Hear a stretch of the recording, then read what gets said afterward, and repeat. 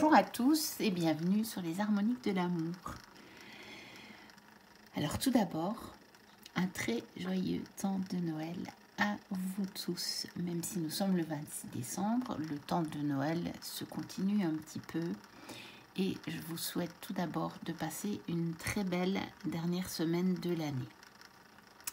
On se retrouve ce matin pour les énergies de la semaine du 26 décembre. Et tout comme la semaine passée, nous sommes dans un temps un petit peu particulier, un temps de fête. Et j'ai voulu changer un petit peu le format. Et j'ai voulu aussi profiter pour vous donner un petit message avec l'oracle de Noël que vous avez vu dans ma dernière vidéo, mais que j'ai reçu vraiment tout récemment. Donc je l'ai reçu juste à temps pour pouvoir filmer la séquence de mes jeux de Noël. En fait, j'attendais vraiment de le recevoir. Et donc, j'ai pas pu tirer les petits messages de Noël avec celui-là parce que je ne l'avais pas encore au moment où j'ai tourné la séquence. Et je me suis dit que c'était une belle occasion de faire ça aujourd'hui. Donc, je vais vous tirer une carte de ce magnifique oracle de Noël que tout le monde connaît, je pense. On l'a beaucoup vu. Mais c'est vrai que il est joli. J'ai hésité longtemps avant de le prendre. C'est aussi pour ça que je l'ai reçu assez tard. Parce qu'au départ, je n'avais pas nécessairement voulu le prendre. En fait, au départ, je pensais que c'était une espèce de photomontage sur les illustrations. Et en réalité, non. Ce sont bien des dessins, des peintures. Et du coup, je me suis dit que j'allais le prendre. Donc voilà. Alors, on va faire le petit message avec celui-là. Et puis, je vous ferai encore un petit message. Je vous ai réservé une autre petite surprise pour ce temps de Noël. Voilà. Un petit message pour cette dernière semaine de l'année. Petit message pour cette dernière semaine de l'année. Message pour cette dernière semaine de l'année.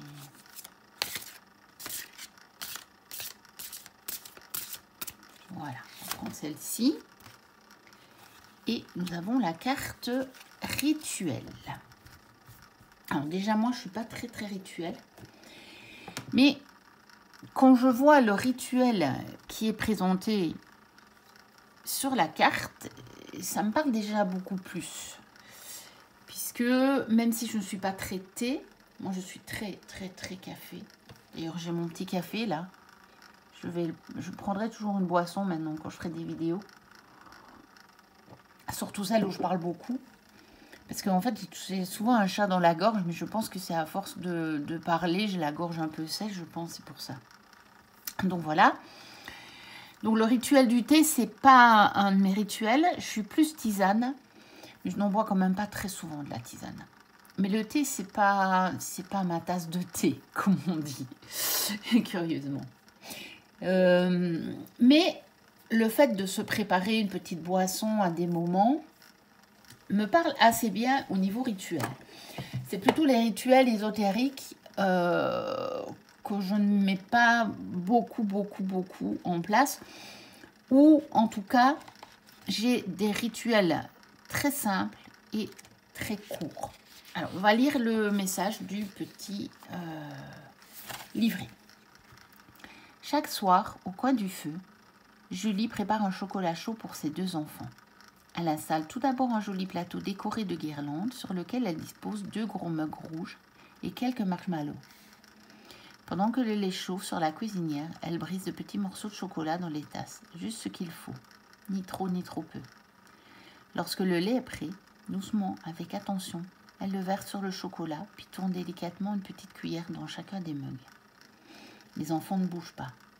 Silencieux, ils admirent les gestes précis de leur mère et attendent son signal pour déguster leur boisson favorite. Chaque soir, Julie crée un instant privilégié avec ses enfants et tous 3 sont heureux. Alors, ce genre de rituel me parle beaucoup, par contre. Pas dans les détails où c'est expliqué là-bas. Hein. Déjà, pour que ma fille ne bouge pas et reste silencieux, comment vous dire? Ce sera pour une autre vie. Mais j'adore ma fille, hein. Attention. Hein. C'est absolument pas une critique envers elle. Mais disons qu'on va oublier ce genre de petites choses avec elle. J'ai d'autres moments privilégiés, plus d'échanges et plus dans le mouvement, dans la parole, on va dire. Mais ça me parle, ce genre de petits rituels. Et j'en ai pas mal dans mes journées. Alors, on va lire la suite. La vie est précieuse et d'une richesse infinie. Cette carte propose de l'honorer en créant un rituel. Un rituel est une suite d'actions répétées, toujours de la même manière, qui célèbre le côté profond de la vie. Un rituel est plus simple qu'une routine, parce qu'on y met une intention. On considère le moment comme étant important, spécial, sorti du quotidien. Un moment intense. 2 exemples vont te permettre de comprendre. Souvent, les parents de jeunes enfants créent un rituel pour le moment du coucher. Ils donnent un biberon tout en câlinant leur enfant, puis le conduisent calmement dans la chambre où ils liront une histoire avant de répéter toujours les mêmes mots et les mêmes gestes. C'est un moment d'exception, un moment fort. Le lien parent-enfant est intense. La répétition des mots et des gestes chaque soir est sécurisant et donne une profondeur à l'instant. Il en est de même lorsque les Japonais pratiquent la cérémonie du thé.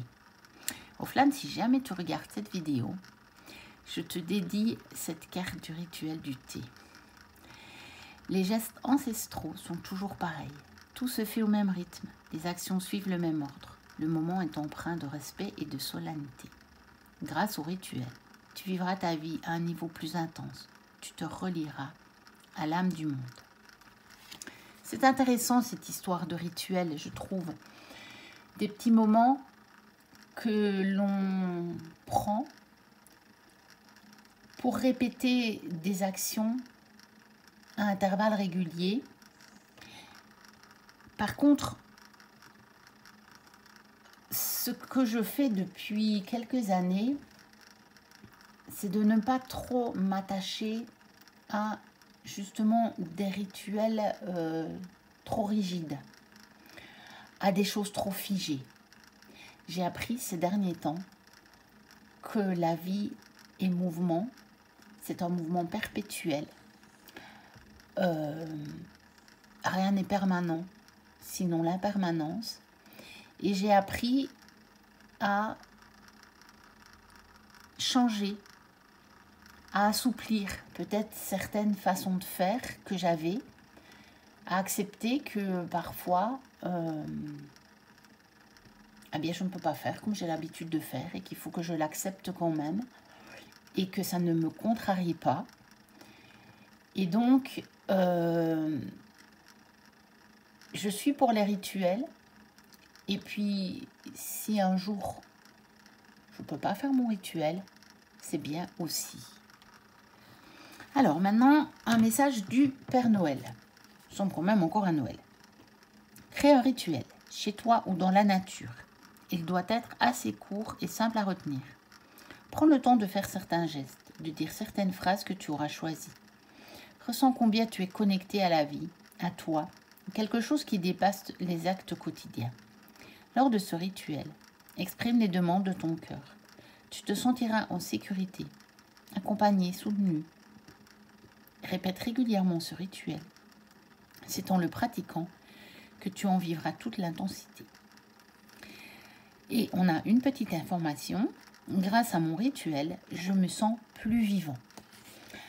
Alors, je trouve que c'est très très bien, mais je ne suis pas quelqu'un, personnellement, qui s'attache à des rituels. C'est-à-dire que mon cheminement, qu'il soit dans le développement personnel ou spirituel, m'a amené à me rendre compte que ce ne sont pas tellement les gestes que l'on pose qui sont importants, mais c'est l'intention avec laquelle on fait tous les gestes de toute la vie. Et donc, si j'avais à mettre en place un rituel, ce serait un rituel permanent pour me connecter à la joie de chaque instant.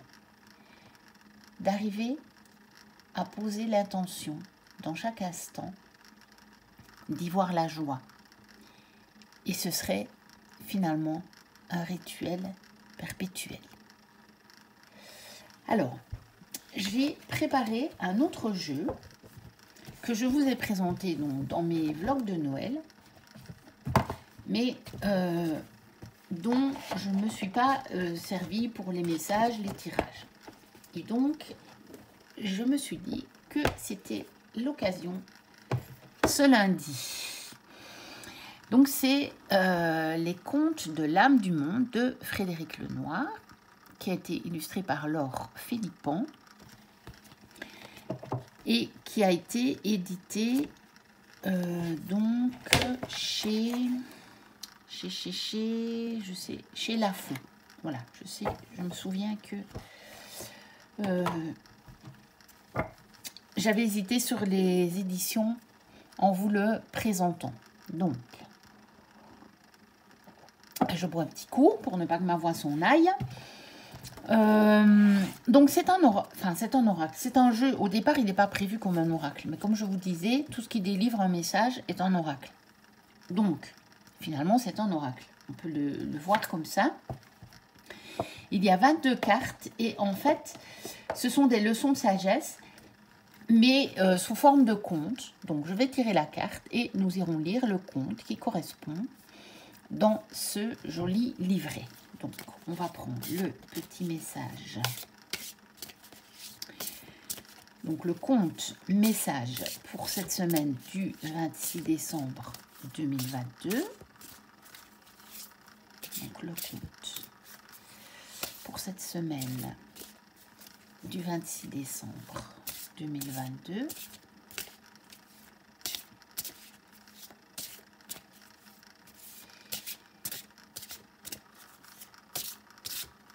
Voilà, on va prendre celle-ci. Je vais en profiter pour vous remontrer le dos que je trouve magnifique. Voilà. Je les coloris, je les trouve très très beaux. Puis cette chouette, cette fleur de vie, les papillons, toutes les fleurs, les arabesques, et puis la fleur de vie même sous forme d'attrape-rêve. Moi je la trouve vraiment, magnifique. Alors nous allons la découvrir. C'est donc la numéro 4. Voilà.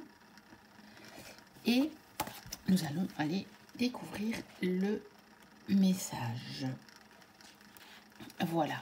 Eh bien, je pense que c'est un très très très beau message. Peut-être en ces temps de Noël, justement.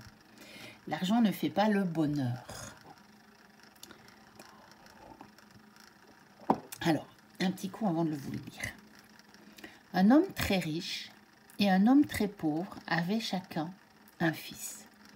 L'homme très riche monta avec son fils en haut d'une colline, lui montra d'un geste le paysage autour d'eux et lui dit « Regarde, un jour, tout cela sera à toi. » Le fils ressentit sur le moment un grand plaisir, mais en redescendant de la colline, son bonheur fut troublé par la crainte que son père change d'avis, ou bien qu'il ne vive pas assez longtemps pour obtenir ce gain. L'homme très pauvre monta avec son fils au sommet de la même colline, lui montra le paysage et lui dit simplement « Regarde ». Le fils resta là et contempla la beauté du monde, le cœur empli de joie.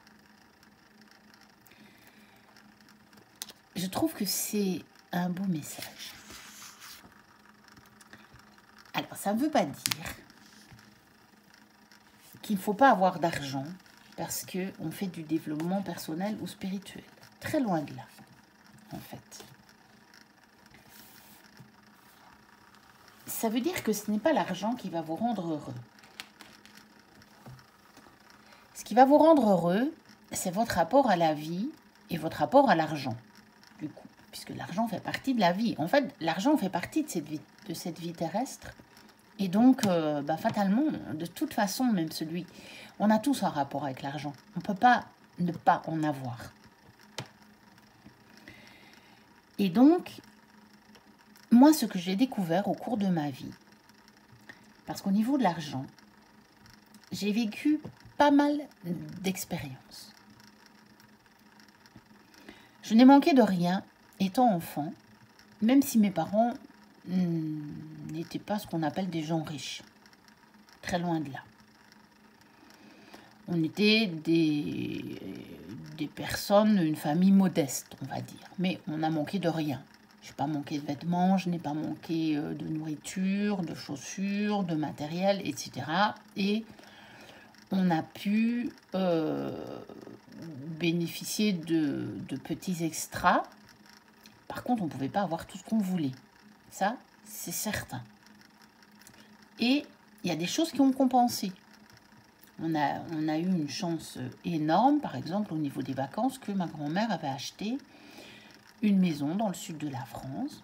À ce moment-là, elle l'avait acheté pour pas grand-chose. En fait, ça lui revenait moins cher d'avoir acheté cette maison-là que de payer le camping chaque année. C'est la raison pour laquelle elle l'avait fait, parce qu'avant, elle partait en camping. Et après quelques années, elle a fait un calcul. Et elle s'est rendue compte que ça lui coûterait moins cher d'acheter ça. Et maintenant, c'est devenu quelque chose de merveilleux, parce que c'est situé en bord de mer, donc ça a pris une valeur considérable. Et j'ai eu cette chance de passer toutes mes vacances là au bord de la mer. C'était une chance merveilleuse. Et avec les années, c'est même devenu quelque chose que seuls les riches pouvaient s'offrir, on va dire. Donc vous voyez comment parfois certaines choses peuvent aussi se transformer. Ensuite, jeune adulte, j'ai un peu galéré au niveau professionnel parce que je n'arrivais pas à trouver, dans le domaine dans lequel je m'étais formée, un travail régulier. Or, comme c'était une passion, je ne voulais pas prendre un autre travail qui m'aurait empêché du coup de pouvoir me faire une place dans ce domaine-là, on va dire. Parce que la place la façon de se faire une place dans le domaine où je voulais travailler, c'était en faisant des remplacements. Or, si je prenais un autre boulot dans un autre domaine, je ne pouvais pas faire de remplacement, et donc c'était un cercle vicieux, vous voyez. Et donc, je suis passée par des périodes où je n'avais pas énormément d'argent, un petit peu comme à l'image de mon enfance, mais où finalement je n'ai quand même manqué de rien. Et puis, avec les années, j'ai fini par trouver un travail, par diverses méthodes. Et je vous dis déjà aussi que, par exemple, parfois dans le travail, il ne faut pas parfois hésiter à lâcher un truc qui ne vous convient pas tout à fait, qui ne vous rapporte pas énormément, s'il vous empêche d'obtenir ce que vous désirez. Parce que ça a été aussi mon expérience.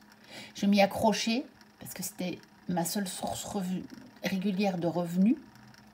Mais visiblement, ça ne me menait nulle part. C'était un petit boulot.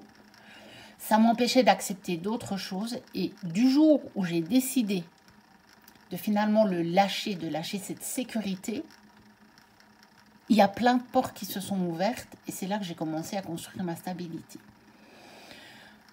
Et c'est une période aussi où j'avais rencontré le père de ma fille, qui avait un travail régulier. Donc, on avait 2 salaires, on a acheté une maison. J'ai passé une période où on n'était pas riche, mais où on était franchement à l'aise. Vraiment, vraiment, vraiment, vraiment, vraiment à l'aise. Et puis, les années ont passé et je me suis séparée du papa de ma fille. Or, à ce moment-là, je ne travaillais qu'à mi-temps. Parce qu'au niveau professionnel, j'avais de nouveau fait un choix qui allait m'amener à autre chose. Et donc, je suis repassée par une période pas évidente. Mais je m'en suis tirée. Et puis, j'ai fait un changement professionnel qui au départ aurait dû m'amener quelque chose de relativement stabilisant et qui s'est avéré que ça prend beaucoup plus de temps que prévu et que ça n'allait toujours pas. Et que donc actuellement, depuis 4 ans, j'ai en salaire la moitié de ce que j'avais avant. Donc, comment vous dire? La vie me permet de faire cette expérience que ce n'est vraiment pas l'argent qui fait le bonheur. Parce que grâce à ça, comme j'étais déjà en plein développement personnel et spirituel au moment où j'ai fait ce changement, je l'ai fait pour ça d'ailleurs, parce que je sentais que... Je bois un petit coup. Parce que je sentais que ma place n'était plus là où j'étais. Je le savais, je le ressentais. Et j'ai décidé de suivre mes ressentis, puisque j'étais en pleine découverte de ce que ça pouvait dire, les ressentis, etc. Et je ne l'ai absolument pas regretté, encore à ce jour. Je ne le regrette pas. Et ça m'a appris qu'en fait, si je fais le bilan de toute ma vie, je n'ai pas été plus heureuse les moments où j'ai eu plus d'argent. Absolument pas. Maintenant, on est bien d'accord que celui qui est obligé de vivre dans la rue, peut-être que ça nuit un petit peu à sa sécurité et qu'il ne peut pas trouver un vrai bonheur. Encore, il y en a qui l'ont fait. Il faut, je pense, avoir déjà drôlement travaillé sur le sujet. Moi, ce que j'ai en... Et ça, c'est une chose, par exemple, qui me fait assez peur. C'est une des choses qui, au tout début, m'a empêché pendant certains moments d'être vraiment détendue. Parce que ce spectre de ne pas pouvoir faire face aux dépenses vraiment indispensables quotidiennes, on va dire, comme de payer son loyer, mais d'avoir assez aussi pour payer l'eau, l'électricité et quand même de la nourriture, m'a fait peur un moment. Pendant un bon moment, j'ai eu un peu cette peur. Et puis finalement, je vois que les choses se mettent tout doucement en place et je sens bien que je vais repartir vers une période où je vais de nouveau me retrouver dans un certain confort avec le spectre de ce manque qui va disparaître. Et je sais très bien que ce manque est inscrit dans ma vibration. Je l'ai vu lors d'un tirage que j'ai fait il y a déjà des années de ça sur une de mes vies antérieures. Donc ça vient de là. Ça s'inscrit dans ma vibration, je le sais, car j'ai un comportement qui me pousse plutôt à accumuler les choses, que ce soit des vêtements, que ce soit de la nourriture, et puis là maintenant aussi les jeux. Je sais très bien que ça en fait partie, en fait. Mon immense collection de jeux, il y a une part de ça.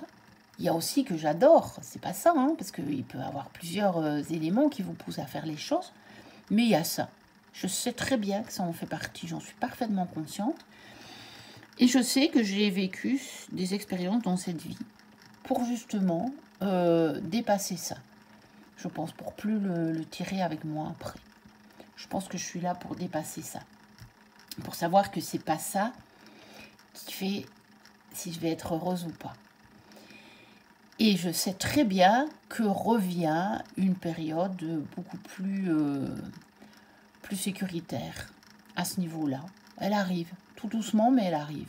Je le sens bien maintenant, je le sens. Et donc, de mon expérience personnelle, je me suis aperçue qu'effectivement, c'est pas l'argent qui fait le bonheur. C'est le rapport que vous avez avec l'argent. Et c'est le rapport que vous avez avec la vie. C'est cette capacité que vous avez à vous connecter à cette joie que procure l'expérience humaine. Je sais que certains ont du mal à trouver cette joie, Mais je sais que ce n'est pas l'argent qui amène à cette joie. Parce que dans ma famille, d'autre part, j'ai des oncles et des tantes qui n'ont jamais eu de soucis d'argent, à aucun moment de leur vie. Ils ont toujours eu un gros confort financier. Et malgré tout, ils ne sont pas heureux. Et pourtant, ils ne vivent pas nécessairement des choses extrêmement difficiles. Hein. Donc, je ne vous parle pas de personnes qui ont vécu des catastrophes ou ce genre de choses-là. Pas du tout, du tout, du tout. Ils ont eu une vie tout à fait habituelle, mais ils ne sont pas heureux. Donc, moi, j'ai vu de mes yeux la preuve que ce n'est pas l'argent qui fait le bonheur. Mais encore une fois, il ne faut pas tomber dans l'excès contraire de dire que parce qu'on veut suivre une évolution spirituelle, on n'en a plus rien à faire de l'argent ou que l'argent est mauvais. L'argent n'est pas mauvais. L'argent est neutre.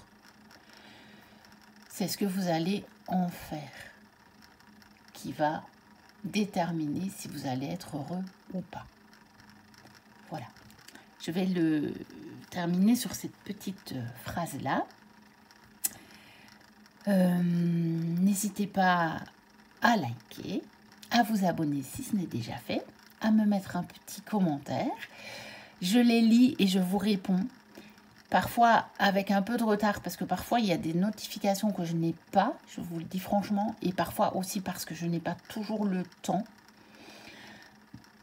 au moment où vous postez, de vous répondre. Mais il y a toujours un moment où je prends le temps d'aller revérifier aussi s'il n'y a pas des notifications que j'ai manquées.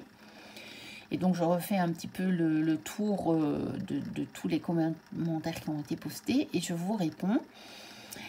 Et puis, je vous dis à très, très, très bientôt pour cette dernière semaine de l'année. J'ai encore des vidéos à vous poster sur mes jeux les plus perchés. Et puis, j'ai encore des reviews que j'ai déjà tournées à vous poster. Mais je vous prépare aussi mes coups de cœur de l'année 2022. Ça, je veux absolument vous les poster avant 2023. J'avais prévu de faire ça ces 2 dernières semaines. Je trouve, moi, voilà. C'était le moment approprié pour moi pour le faire. Sur mes coups de cœur oracle, les coups de cœur tarot de cette année 2022. Et pour le reste, je continue à vous poster. J'ai encore beaucoup d'idées. Je pense que ça couvrira bien 2023. Et donc, enfin, on verra bien. Et puis, j'ai des demandes parfois aussi en commentaire. Donc, du coup, il n'y a pas de souci. Je ne suis pas en panne d'inspiration pour faire des vidéos. Voilà. Donc, je vous dis à très bientôt. Et d'ici là, portez-vous bien. Bye bye.